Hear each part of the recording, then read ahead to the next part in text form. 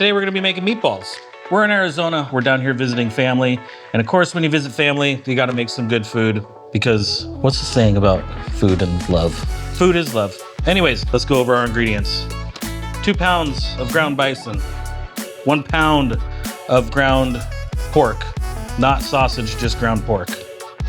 Italian style breadcrumbs, that's a must. A shallot, well, a half a shallot, I guess. Some garlic, fresh basil, fresh parsley. That's all you need to make the greatest meatballs that ever was. Let's get into it. All right, first up, garlic. How many garlics are we gonna do? Let's do 4 garlics. All right, we're just going to dice these up.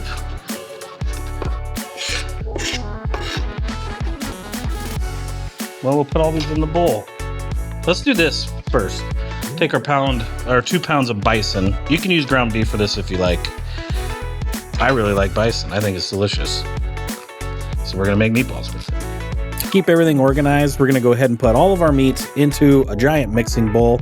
This way, whenever you prepare another ingredient, you just add it into the bowl. So we'll go ahead and put our garlic into the bowl.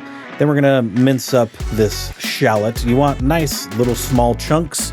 We want the shallot to mix into the meatball, not just have giant chunks of shallot. Next, we're gonna take the head off of a bunch of parsley. We're gonna chop this up and also add this into our bowl. Then we're gonna do the same with some basil. You can use as much or as little as you'd like. I'm using probably about a 1/4 cup of basil for this 3 pounds of meatballs. Then we're gonna add about 3/4 of a cup of Italian breadcrumbs, 2 eggs. Oh, come on, did it? That's a little frozen. That one's frozen. Yeah. Okay, guess we're gonna get a new one. Check that frozen egg out. Wait, moving on, we're gonna season our mix with copious amounts of salt and pepper. And of course, you gotta add some Parmesan cheese. This is probably about 1/2 cup of Parmesan.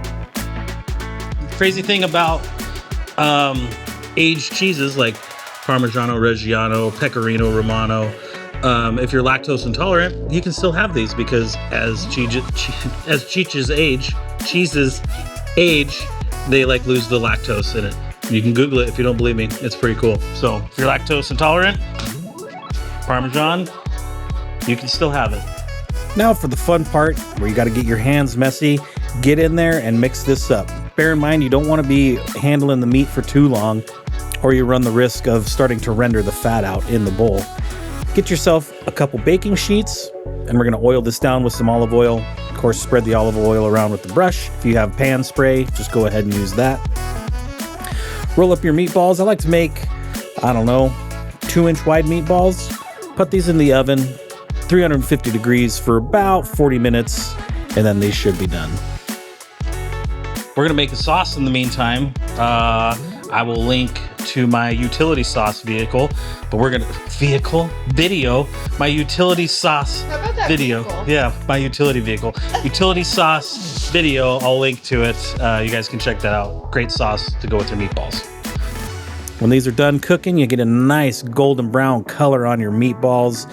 To plate these up, I just like to get myself a bowl or plate, put a little bit of your red sauce in there, get a couple of your meatballs to put on top of the red sauce, or 3. Then of course you're gonna top with some fresh Parmesan Reggiano. And this is my Italian style meatballs. This recipe was handed to me by my Italian grandfather. So this is legit Italian meatballs. That was so weird. I'm taking my sunglasses off. I'm gonna run another bite. I don't know how this gets any better. I'm gonna have this last bite of this first meatball because I can't stop. Now, my kids always love meatballs. It's pretty hard to mess up a meatball for a child. This was a big hit with everybody. Thanks for watching. We'll see you guys next time. Don't forget to like and subscribe. Catch you next time. Peace.